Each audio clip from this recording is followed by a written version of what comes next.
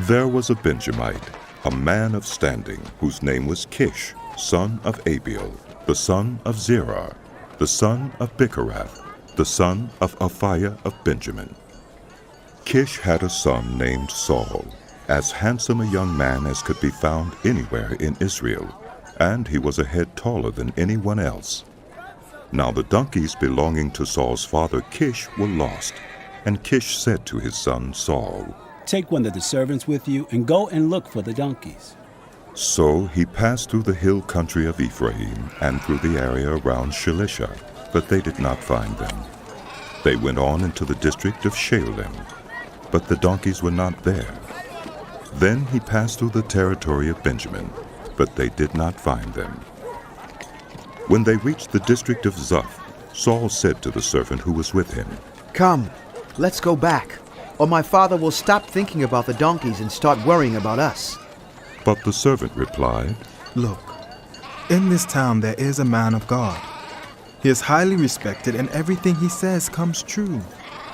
Let's go there now. Perhaps he will tell us what way to take." Saul said to his servant, "If we go, what can we give the man? The food in our sacks is gone. We have no gift to take to the man of God. What do we have?" The servant answered him again. "Look," He said, I have a quarter of a shekel of silver. I will give it to the man of God so that he will tell us what way to take. Formerly in Israel, if people went to inquire of God, they would say, "Come, let us go to the seer," because the prophet of today used to be called a seer. "Good. Saul said to his servant. Come, let's go." So they set out for the town where the man of God was. As they were going up the hill to the town, they met some young women coming out to draw water, and they asked them. "Is the seer here?" "He is." They answered, "He's ahead of you. Hurry now. He has just come to our town today, for the people have a sacrifice at the high place. As soon as you enter the town, you will find him before he goes up to the high place to eat. The people will not begin eating until he comes, because he must bless the sacrifice. Afterward, those who are invited will eat. Go up now. You should find him about this time." They went up to the town, and as they were entering it, there was Samuel coming toward them on his way up to the high place. Now the day before Saul came, the Lord had revealed this to Samuel. "About this time tomorrow, I will send you a man from the land of Benjamin. Anoint him ruler over my people Israel. He will deliver them from the hand of the Philistines. I have looked on my people, for their cry has reached me." When Samuel caught sight of Saul, the Lord said to him, "This is the man I spoke to you about. He will govern my people." Saul approached Samuel in the gateway and asked, "Would you please tell me where the seer's house is?" "I am the seer." Samuel replied. "Go up ahead of me to the high place, for the day you are to eat with me. And in the morning, I will send you on your way and will tell you all that is in your heart. As for the donkeys you lost 3 days ago, do not worry about them. They have been found. And to whom is all the desire of Israel turned, if not to you and your whole family line?" Saul answered, "But am I not a Benjamite, from the smallest tribe of Israel? And is not my clan the least of all the clans of the tribe of Benjamin? Why do you say such a thing to me?" Then Samuel brought Saul and his servant into the hall and seated them at the head of those who were invited, about 30 in number. Samuel said to the cook, "Bring the piece of meat I gave you, the one I told you to lay aside." So the cook took up the thigh with what was on it and set it in front of Saul. Samuel said, "Here is what has been kept for you. Eat, because it was set aside for you for this occasion, from the time I said, 'I have invited guests.'" And Saul dined with Samuel that day. After they came down from the high place to the town, Samuel talked with Saul on the roof of his house. They rose about daybreak, and Samuel called to Saul on the roof. "Get ready, and I will send you on your way." When Saul got ready, he and Samuel went outside together. As they were going down to the edge of the town, Samuel said to Saul, "Tell the servant to go on ahead of us. and the servant did so. But you, stay here for a while, so that I may give you a message from God." Then Samuel took a bottle of olive oil and poured it on Saul's head and kissed him, saying, Has not the Lord anointed you ruler over his inheritance? When you leave me today, you will meet 2 men near Rachel's tomb at Zelzah, on the border of Benjamin. They will say to you, The donkeys you set out to look for have been found, and now your father has stopped thinking about them and is worried about you. He is asking, What shall I do about my son? Then you will go on from there until you reach the great tree of Tabor. 3 men going up to God at Bethel will meet you there. One will be carrying 3 young goats, another 3 loaves of bread, and another a skin of wine. They will greet you and offer you 2 loaves of bread, which you will accept from them. After that, you will go to Gibeah of God, where there's a Philistine outpost. As you approach the town, you will meet a procession of prophets coming down from the high place with lyres, timbrels, pipes, and harps being played before them, and they will be prophesying. The Spirit of the Lord will come on you in power, and you will prophesy with them, and you will be changed into a different person. Once these signs are fulfilled, do whatever your hand finds to do, for God is with you. Go down ahead of me to Gilgal. I will surely come down to you to sacrifice burnt offerings and fellowship offerings. But you must wait 7 days until I come to you and tell you what you are to do. As Saul turned to leave Samuel, God changed Saul's heart, and all these signs were fulfilled that day.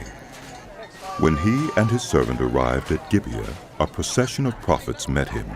The Spirit of God came on him in power, and he joined in their prophesying. When all those who had formerly known him saw him prophesying with the prophets, they asked each other, What is this that has happened to the son of Kish? Is Saul also among the prophets? A man who lived there answered, And who is their father? So it became a saying, Is Saul also among the prophets? After Saul stopped prophesying, he went to the high place. Now Saul's uncle asked him and his servant, Where have you been? Looking for the donkeys. He said. But when we saw they were not to be found, we went to Samuel. Saul's uncle said, Tell me what Samuel said to you. Saul replied, He assured us that the donkeys had been found. but he did not tell his uncle what Samuel had said about the kingship. Samuel summoned the people of Israel to the Lord at Mizpah and said to them, This is what the Lord, the God of Israel, says. I brought Israel up out of Egypt, and I delivered you from the power of Egypt and all the kingdoms that oppressed you. But you have now rejected your God, who saves you out of all your disasters and calamities. And you have said, No, appoint a king over us. So now, present yourselves before the Lord by your tribes and clans. When Samuel had all Israel come forward by tribes, the tribe of Benjamin was taken by lot. Then he brought forward the tribe of Benjamin clan by clan, and Matri's clan was taken. Finally Saul, son of Kish, was taken, but when they looked for him, he was not to be found. So they inquired further of the Lord. Has the man come here yet? And the Lord said, Yes. He has hidden himself among the suppliers. They ran and brought him out, and as he stood among the people, he was a head taller than any of the others. Samuel said to all the people, Do you see the man the Lord has chosen? There is no one like him among all the people. Then the people shouted. Long live the king! Samuel explained to the people the rights and duties of kingship. He wrote them down on a scroll and deposited it before the Lord. Then Samuel dismissed the people to go to their own homes. Saul also went to his home in Gibeah, accompanied by valiant men whose hearts God had touched. But some scoundrels said, How can this fellow save us? They despised him and brought him no gifts. But Saul kept silent. Nahash the Ammonite went up and besieged Jabesh-Gilead, and all the men of Jabesh said to him, "Make a treaty with us, and we will be subject to you." But Nahash the Ammonite replied, "I will make a treaty with you, only on the condition that I gouge out the right eye of every one of you, and so bring disgrace on all Israel." The elders of Jabesh said to him, "Give us 7 days so we can send messengers throughout Israel. And if no one comes to rescue us, we will surrender to you." When the messengers came to Gibeah of Saul and reported these terms to the people, they all wept aloud. Just then Saul was returning from the fields behind his oxen, and he asked, "What is wrong with everyone? Why are they weeping?" Then they repeated to him what the men of Jabesh had said. When Saul heard their words, the Spirit of God came on him in power, and he burned with anger. He took a pair of oxen, cut them into pieces, and sent the pieces by messengers throughout Israel, proclaiming, "This is what will be done to the oxen of anyone who does not follow Saul and Samuel." Then the terror of the Lord fell on the people, and they turned out with one accord. When Saul mustered them at Bezek, the men of Israel numbered 300,000, and those of Judah 30,000. They told the messengers who had come, "Say to the men of Jabesh-Gilead, by the time the sun is hot tomorrow, you will be rescued." When the messengers went and reported this to the men of Jabesh, they were elated. They said to the Ammonites, "Tomorrow we will surrender to you, and you can do to us whatever you like." The next day, Saul separated his men into 3 divisions. During the last watch of the night, they broke into the camp of the Ammonites and slaughtered them until the heat of the day. Those who survived were scattered, so that no 2 of them were left together. The people then said to Samuel, Who was it that asked, "Shall Saul reign over us? Turn these men over to us so that we may put them to death." But Saul said, "No one will be put to death today, for this day the Lord has rescued Israel." Then Samuel said to the people, "Come, let us go to Gilgal and there renew the kingship." So all the people went to Gilgal and made Saul king in the presence of the Lord. There they sacrificed fellowship offerings before the Lord, and Saul and all the Israelites held a great celebration.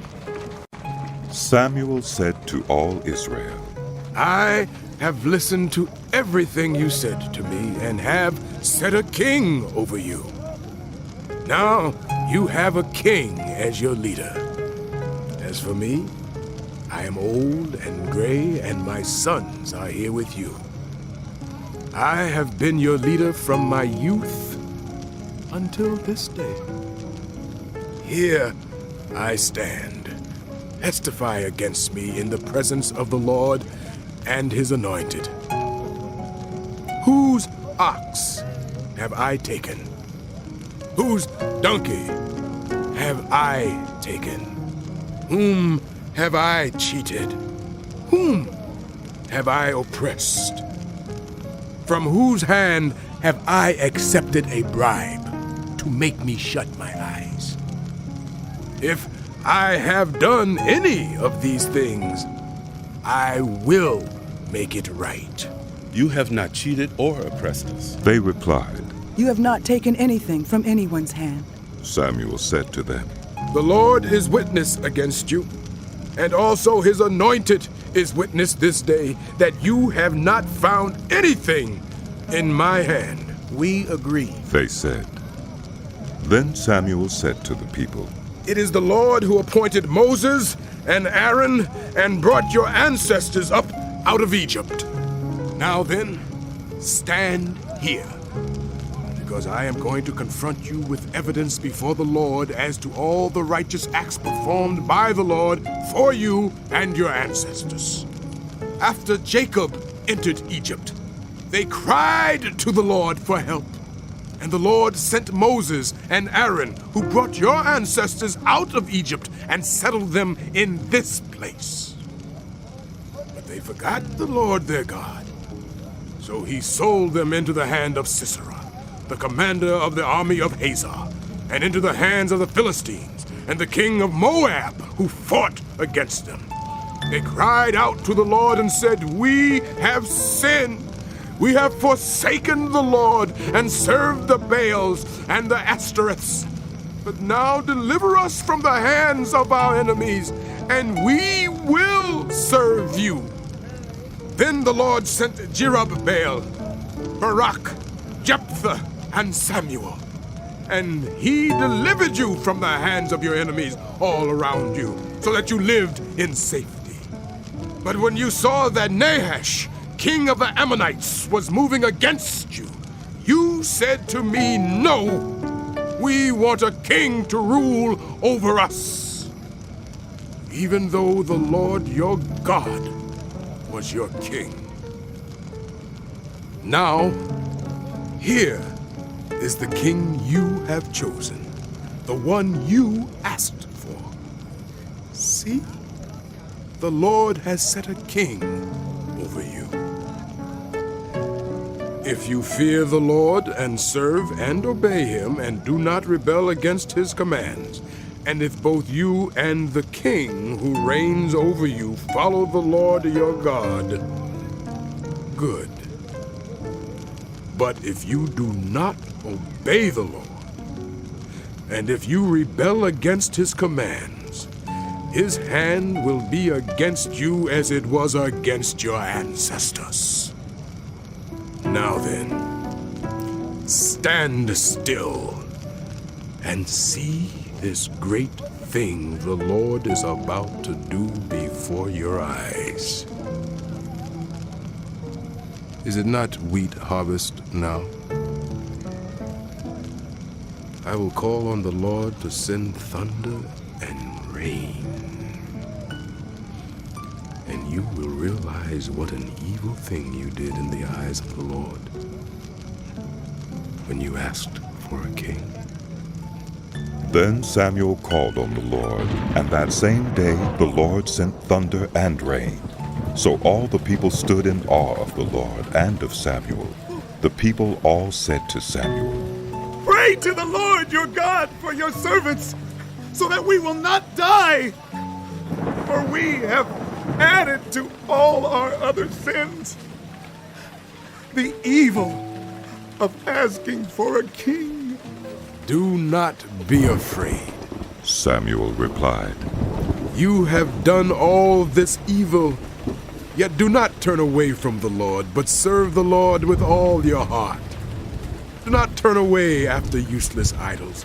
They can do you no good, nor can they rescue you, because they are useless.